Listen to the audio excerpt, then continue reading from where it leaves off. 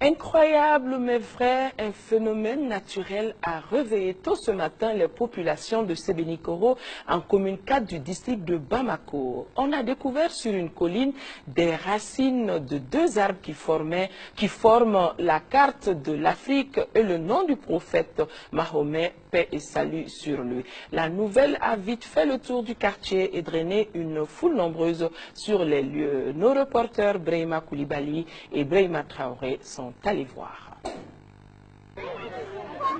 Du beau monde sur cette colline, ça ne se voit pas tous les jours.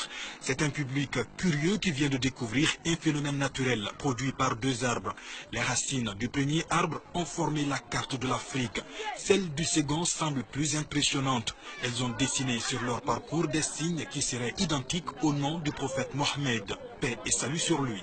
Les racines que vous voyez, donc c'est les montagnes, montrent bel et bien donc le nom du prophète Mohammed, paix et salut sur lui. Puisque les euros que vous voyez, les ronds là, veut dire les mous en arabe.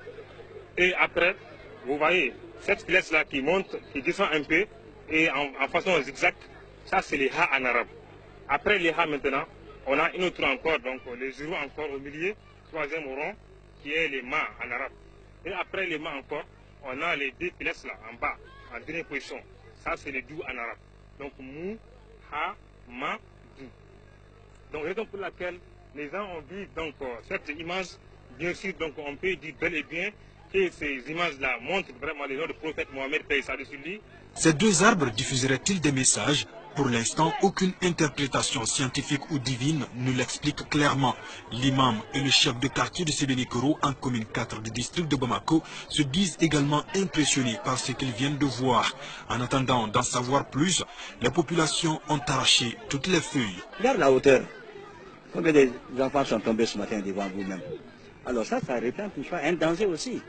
Donc si on pouvait sécuriser un peu, n'est-ce pas, les points, alors ce serait une bonne chose. Sinon, si on se tait et qu'on les laisse faire comme ça, bon, un jour vraiment, ce serait regrettable. Depuis ce vendredi, la colline de Sébenikoro fait donc partie des lieux les plus visités de la capitale malienne. Sur place, l'étonnement reste encore très grand. Espérons tout simplement que cette découverte portera bonheur à notre pays, surtout en cette période de crise. Mesdames et messieurs, voilà qui met fin définitivement à ce journal.